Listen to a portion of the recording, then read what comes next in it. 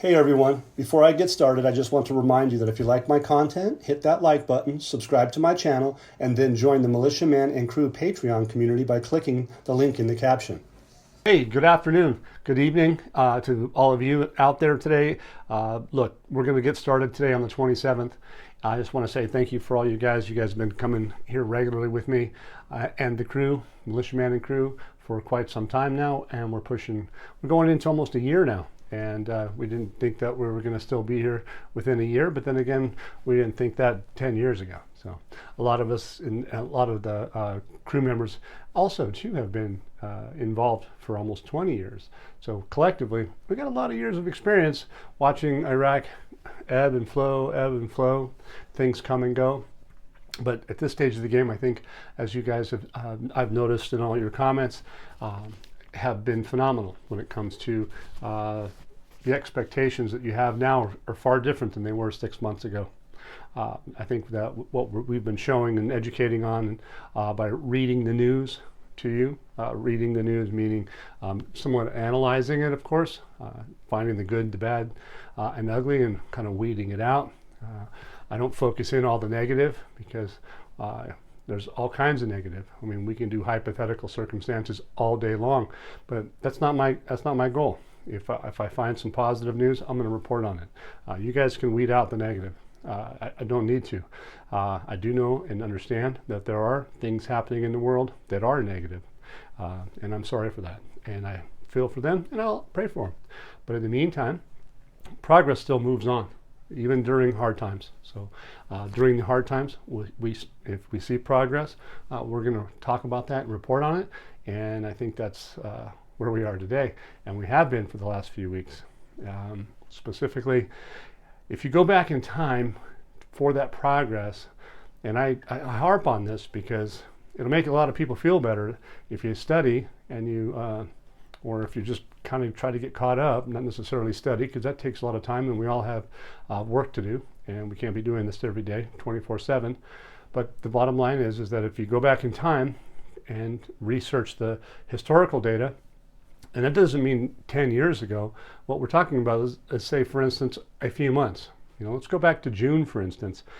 This particular article here, it says Iraq plans to join the World Trade Organization, and it's dated June 15th, so you can even find this on the internet, or you can come into Patreon with Militiaman and Crew.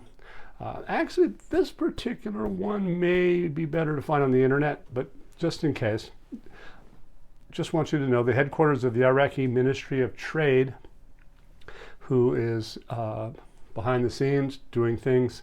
It says that the Iraqi Ministry of Trade revealed on Thursday, now granted this is back in June, the government is planning to complete the requirements for Iraq's accession to the World Trade Organization, indicating the financial contributions to the WTO have been settled. So they were behind on their payments. We talked about this back in June, and here again, it's just a reiteration, catch back up. It says, what's it for? The Ministry of Trade illustrated that the work is underway to complete the requirements for joining the WTO, especially in terms of goods, services, the agricultural issue, and the modernization of the customs system.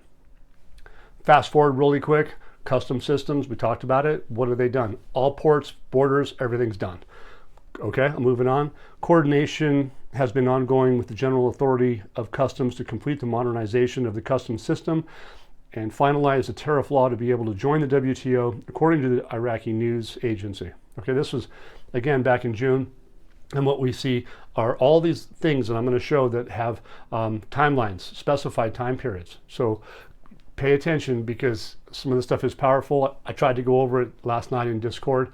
Everybody was accepting it, but I just feel like I couldn't quite get it all out. It's getting late. I want to just reiterate it today for everybody.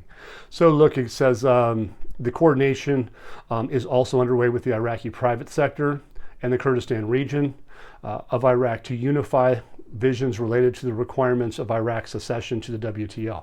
Okay, so again, you got both the region and the center, which is Baghdad and Kurdistan. Region, Kurdistan, center, Baghdad. all ready to go.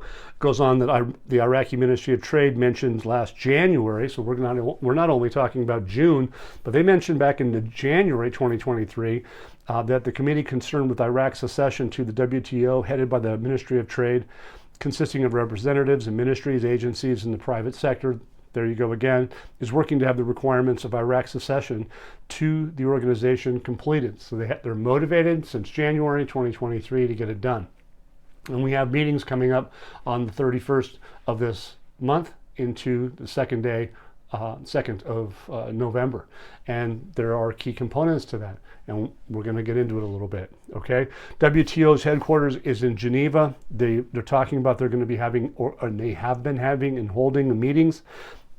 And again, they're coordinating with member states to mobilize and support and what? Speed up accession.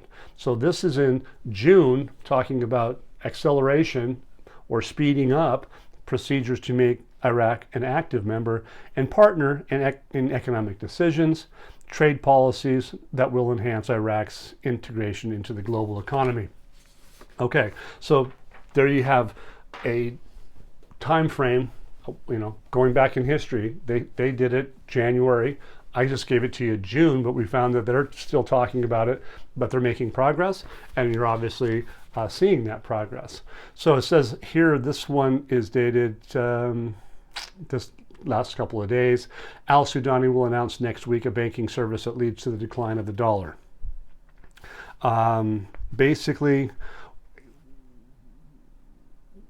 why is he saying this is because I think I have this one, you guys, in a mix match. Let me get back to you on that one for some reason. I think it was Wally was in here running around a few minutes ago. Got me sidetracked.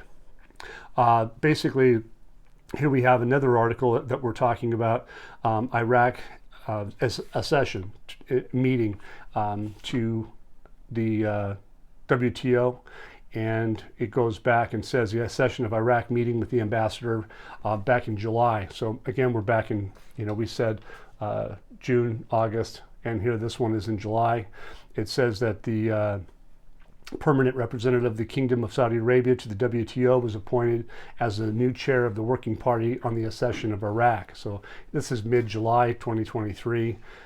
These included the finalization of the initial market access offers on goods and services. So they talked about the goods and services in that beginning in June, right? We talked about that is a key component, goods and services. It says that the organization of the chair visits Baghdad with the secretariat in the last quarter of 2023. So this is something that we've talked about also, but the bottom line is that the last quarter, which we're in, they are looking to actually have things done, and we're going to see more and more of this in the next few days because there are components to the WTO's website that they adjust on a daily basis, and we can see some of the things that they're doing. And the fascinating thing is that they did stuff as early as yesterday. We saw stuff on the 24th. Today's the 27th. I haven't seen anything new, but the bottom line is they're working. That's the cool part. It says that these sessions will include Arab participation in the WTO, the state of play of the WTO accessions in the Arab region, the role of the private sector in the Arab region, the potential and technical assistance and capacity building programs to assist acceding governments in meeting their accession-related challenges, as well as trade for peace. It goes and says a regional dialogue will be presenting the joint Arab study for WTO accessions, which came out as a strong recommendation from the second dialogue they had even back in 2022. Keep in mind when they talk about assist and acceding governments, because at the end of this we're going to talk about acceding governments. Those are ones that are in the process. Okay, they haven't ascended.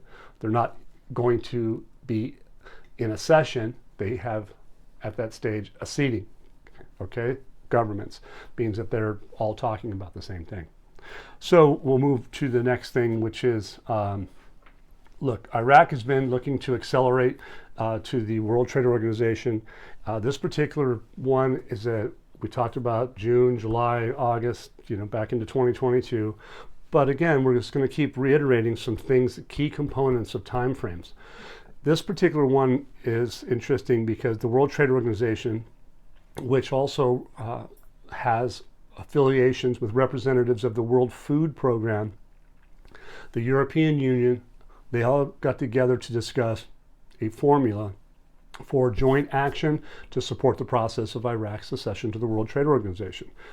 It's not typically anything new, but we're going to go through this process to see where is Iraq? How far have they come since January, for instance, of 2023, or June, August, July, whatever. You can get the point, right? It says what they're talking about is that these guys have an openness. They want to communicate with the countries of the world, and they want to do it discreetly, which they do, which is private. They do it discreetly with international organizations and benefit to benefit from the expertise in developing the Iraq's economy. And so since 2003, this has been on the agenda. So it's collective. It takes a long time, obviously. So they're stating here, though, here just a few months ago, Iraq needs to diversify its economy in a flexible manner, such as the agricultural, industrial, and investment sectors, and that Iraq's accession to the World Trade Organization be useful as one of the tools of building a market economy within the standards of the global market, and a tool to achieve reforms and decisions to implement these measures. So in the beginning, we talked about June, right? We talked about agriculture, goods and services, investment. All of these things are, as you can see, components of moving forward, moving Iraq into the market economy. They talked about the private sector. So it's a lot of information, and that's why it's kind of complex. It's why trying to paint this picture is difficult for a lot of people because there are so many components and there are so many moving parts. But that's why it's taken so long. It's because we got new technology. We have new systems, electronic systems. You didn't have those 20 years ago. Didn't have them 10 years ago. For crying out loud, some of them have been just put together this year. So yeah, give us a little slack and enjoy the ride, because what we're watching is effectively the birth of a new nation. Iraq, the Marshall Plan, if you will. It goes on here, it says, he points out that the ministry is responsible of the internal and external economic policy, and it continues to work with steps and programs to implement this within its ministerial curriculum and at the specified times. Okay, talked about timelines from the very beginning, and interestingly enough, they're talking about internal and external. When you talk about internal and external economic policy, you're going to find that you're going to have internal and external, what they're talking about economic, you're going to talk about financial, money movement. Internally, externally, it's also going to be about internal government and external government purchases, repayments, all of these things. These guys have been doing this for a long time, and there's rules, there's massive amounts of information. When I say there's rules to play by, they need to have a cohesive global system, which the WTO provides. And frankly, it looks like, from what I'm reading, they've got it down to a science. And whether we like it or not doesn't necessarily mean it's a good or bad thing. It just means that it does make things move smoothly. So keep it in mind and understand that there's more to the story than just turning on the button. Okay, we all want that to happen, but I do believe that that button's going to get pushed pretty fast. The WTO indicated that they have been working in Iraq for over 3 years. So they mentioned this on August. They're telling you that we've been here, we're working on things, and we have specified time frames, right? It says the relevant ministries where the work was with the Ministry of Commerce has been fruitful, and it's been in its advanced stages, or in the advanced aspect, right? Okay, so they were in the advanced aspect stage of this in August. It goes on and says that the center, which is Baghdadish, will they have a diagnosis of challenges. So they have some understanding of what they need to do, and they're working to support Iraq's accession to the World Trade Organization by providing technical and legal advice and supporting trade policies to align with international standards. So you can obviously see that what we've been seeing for the long period of time, international standards has been a main focus. We've talked about that with the United States Treasury, the United States Federal Reserve, the Central Bank of Iraq. You've been seeing all of these things talking about what? Know your customer, international standards, in banking, e-government, all of these things. Fast forward a little bit from those back dates, just because we're giving this a little bit of an education here. I hope you understand that. The Finance Committee criticizes the delay in budget implementation and promises to host the Ministry of Planning and Finance. This is October 1st, so this is earlier on this month. It says we will host the Ministry of Planning and Finance this week to find out the reasons for the delay in implementing the budget. Okay, the 23, 24, 25, right? Just bear with me. The current government has raised the slogan of national service government. We will not allow the problem of delaying the disbursement of financial allocations to continue. You're going to find that I got something for you today that if you'll see when I end up, we're going to talk about this financial allocations or delaying because of that 23, 24, 25 budget is going to be a key component.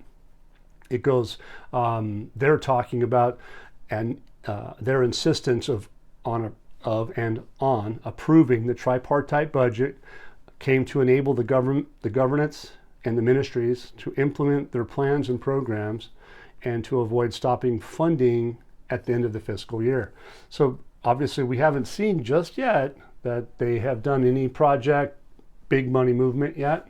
They've done some things because they probably had significant amount of carryover from 2022, but again, that's not the main focus. The main focus is that we want to see some spending, we want to see some activation, we want to see no delays anymore in them instigating or providing those allocations for budgets to be spending money for projects. I think you're going to find that's in the process. It goes on here to say that the Ministry of Finance must adhere to the terms of the budget and release the petrodollar allocations to the oil producing governments. So again, this is a couple of months, well, no, it's not even a month ago. They're pointing to that, hey, we need to do these things. We got to get those allocations out. It says the Ministry of Planning must simplify the procedures for approving programs and plans to accelerate the launch of the project implementation. It's translation, but the bottom line is accelerate the launch of projects implementation. That's what they're talking about. Timelines, remember? Specified timelines, time frames, accelerate the launch of projects, plans, programs. It's all coming together. If you can't see it, just bear with me. I think you're going to come around full circle, hopefully by the time I'm done. Here, this one is about the central bank governor has accordingly about 9 files, notably the exchange rate and inflation. It looks like that, as far as my understanding is, Central Bank Al-Alaq, he has added that maintaining the general level of prices and low inflation rate indicates the success of monetary policy, especially after real traders engaged in the conversion process at the official rate, which gave reassurance in the conduct of foreign trade. So the parallel market's illegal. It will eventually go away because they won't need it once they have an official exchange rate. But the government has put in an electronic platform with the United States or the U.S. Treasury, the U.S. Fed, Central Bank of Iraq. They've all agreed that we're going to do this electronic platform, and it's going to give the merchants the ability to do trade. That's why the prices are down, because the legitimate traders are getting a proper price for their currency transactions. They're not getting manipulated in the black market to force food prices up, etc. So it really did give an assurance in the conduct of the foreign trade. So it goes a little bit deeper about the electronic platform. They say that the platform is it's speedy, it's got safety, and Alak is pointing out that the accessing the electronic platform in the external transfer external transfer, right? Because that's outside the country. Process spares all parties from the risks of being exposed to local and international sanctions. Okay, so if you have international and local sanctions, if you're outside the platform, you could have a problem which would create pricing issues.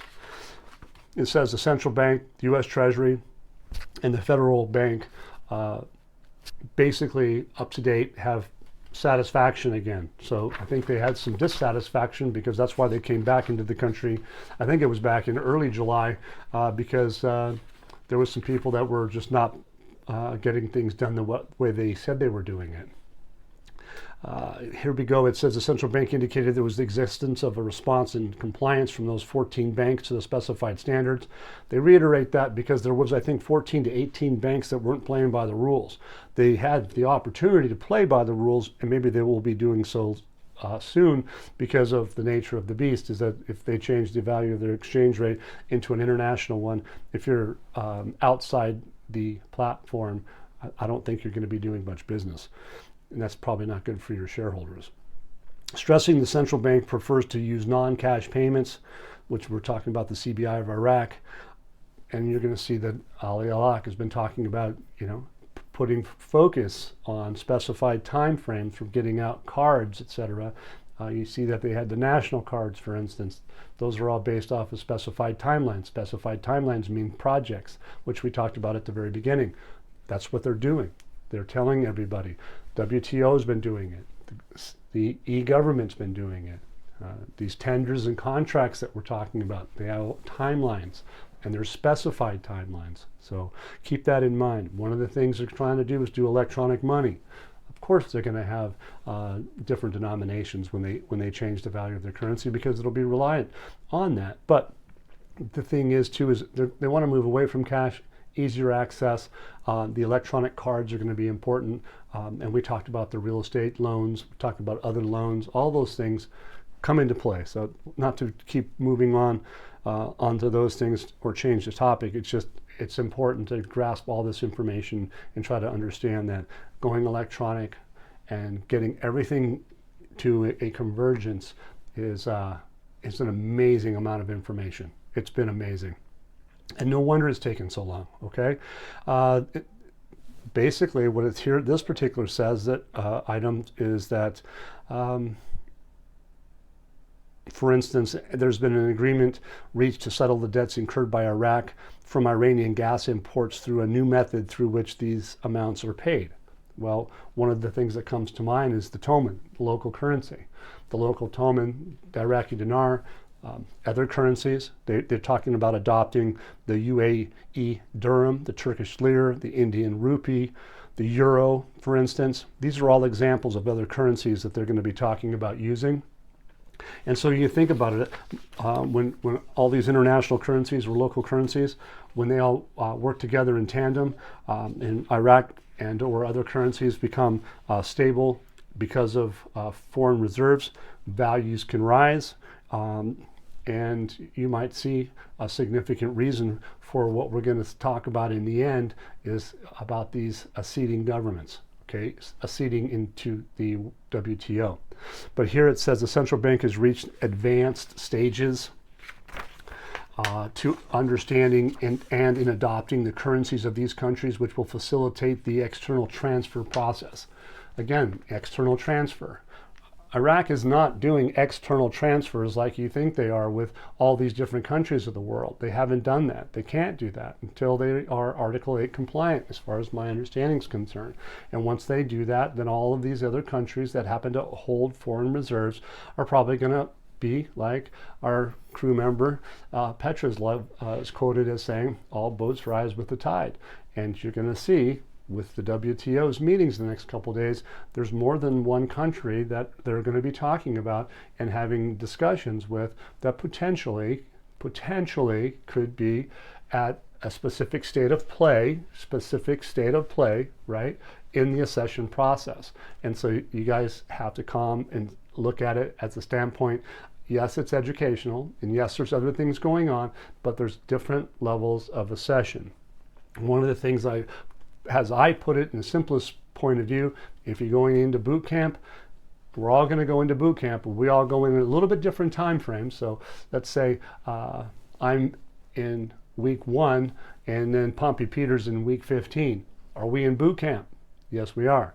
Are we at similar state of play? No, far different. So pay attention to that. And that's what they're talking about, I believe, in some of the things I'm going to show you guys. It basically says that they have the process for external transfer, right? It goes on to say the campaign to support the Iraqi dinar is multifaceted and it's also multi-party. Its goal is the sovereignty of the local currency and internal transactions instead of foreign currencies. So again, what they're going to try and work out is that they're going to try and get local currencies, internal transfers, and again, also external transfers with their currency. So, and many currencies. So it's going to be pretty powerful. What's this going to do for them? It's going to make things a lot easier for them. So if they have a mechanism in place to do trade with Iran for natural gas, you can bet, that's billions of dollars of worth of outlay. And Iraq's got gas contracts. They got electricity contracts all being done. So things are changing quite quickly. Back to the Governor Central Bank of Iraq. This article basically is headline, stabilizing the exchange rate is a major process that requires changes to the commercial system and external transfers in Iraq. Basically here it says the Governor Central Bank considered on Saturday, this was basically about 5-6 days ago, the process of stabilizing the exchange rate of the Iraqi dinar against the dollar is a major process.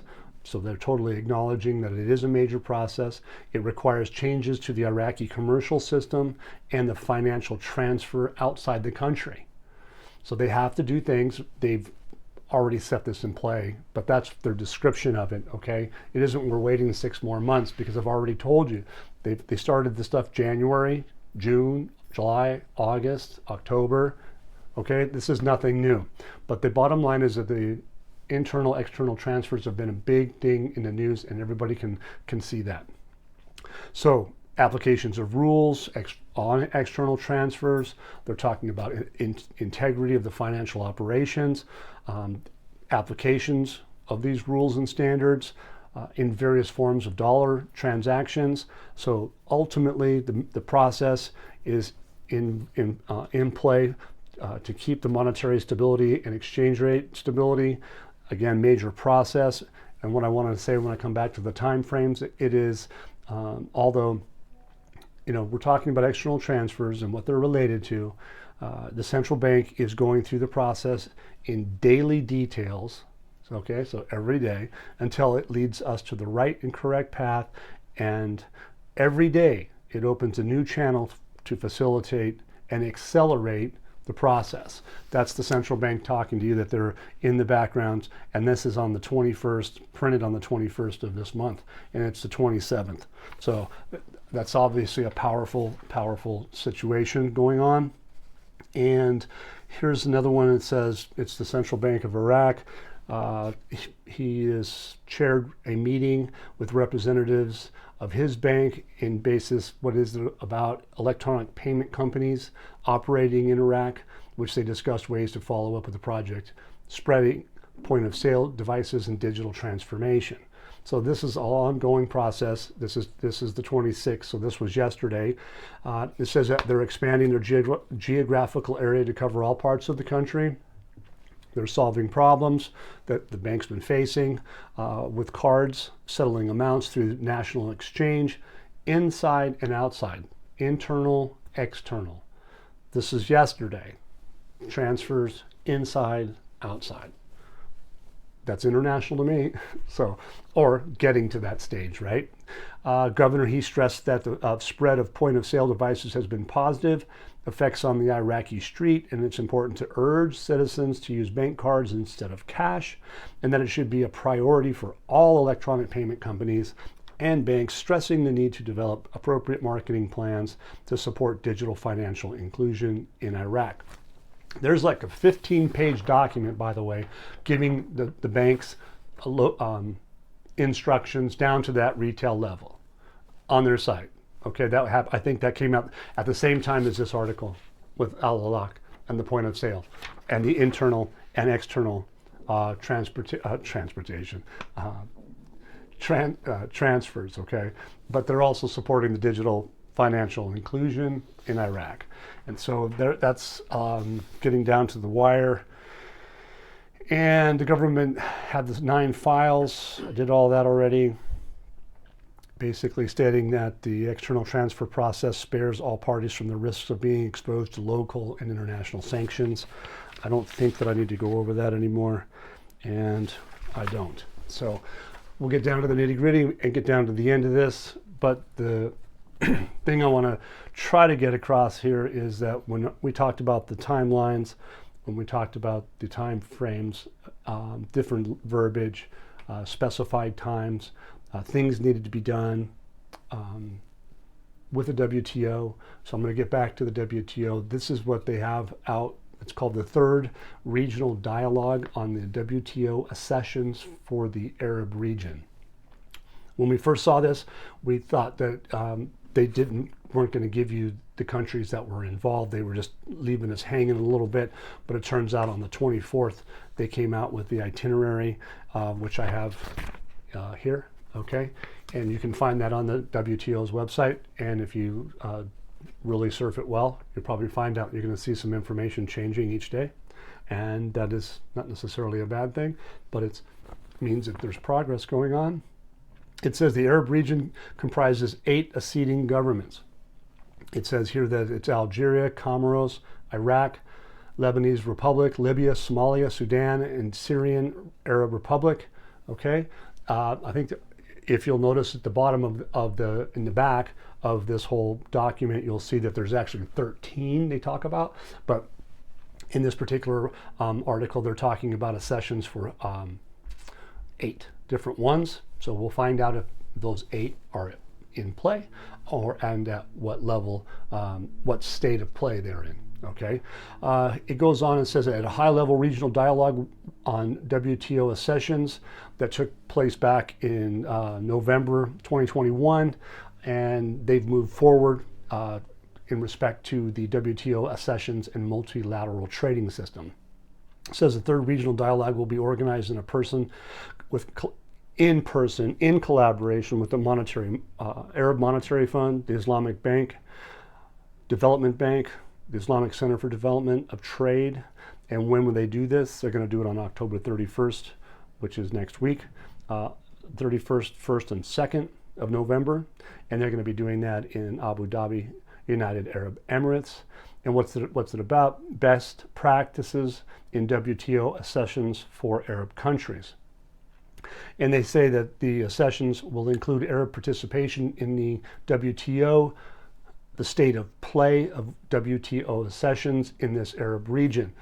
So that's key component, the state of play, WTO accessions. So where are they in the accession process? So basically this third high-level regional dialogue is coming to play in the next couple of days. One of the first items they talk about is to increase participants' knowledge on the WTO accession process, Arab participation in the WTO, and again, key component, state of play of ongoing Arab accessions, right?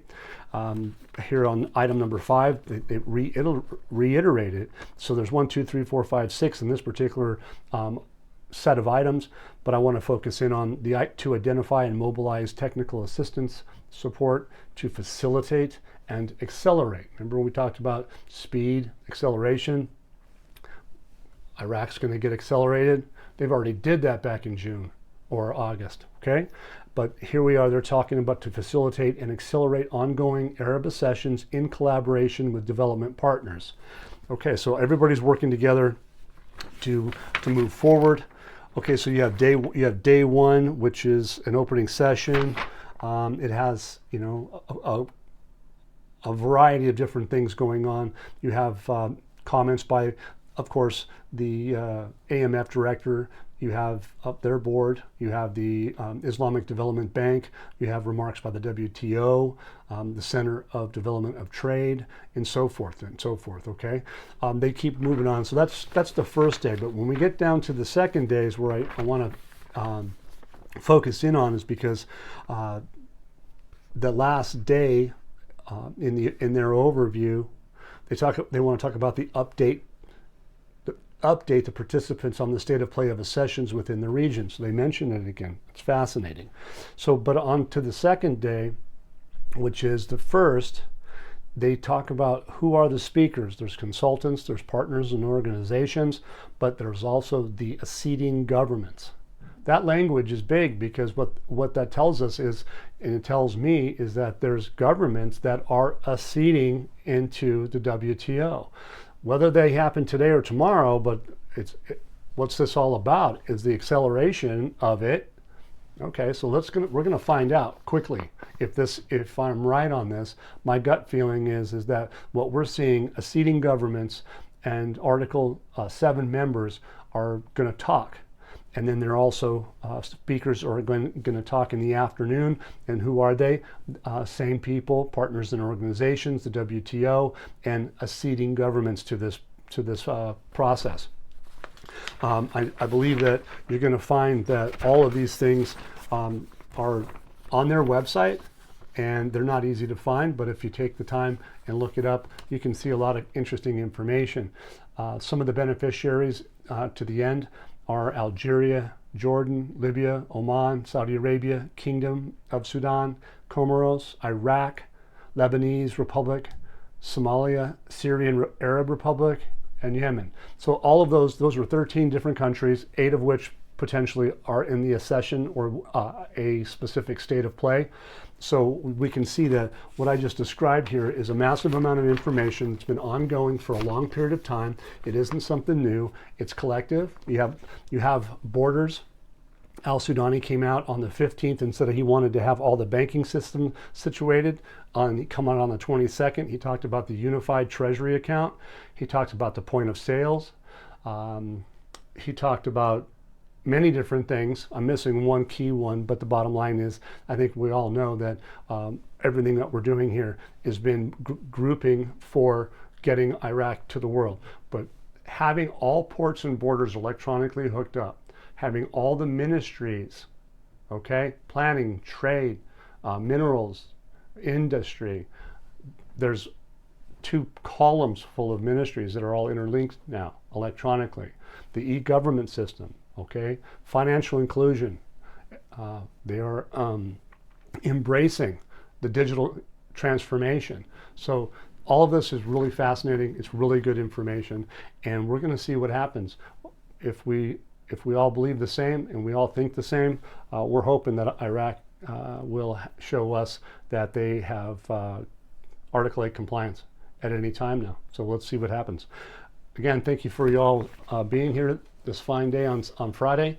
And if you, the new guys, if you haven't done it so far, hit that like button, subscribe to our channel, if you will, and to keep this channel going. Because again, you guys, during my message, I do not have any advertising. Now, YouTube does front and back sometimes, not my game, but in my message, you get all me, all right? So you got your Venmo, PayPal, Zelle. Thank you so much. Once again, guys, don't forget to hit that like button if you like this content. Subscribe to the channel or join us at the Militia Man and Crew Patreon community for even more exclusive content. You can also donate to this channel by hitting the links in the banner to help keep this page up and running. Your generous support is greatly appreciated, as always. Much, much appreciated. Thank you so much and have a great day.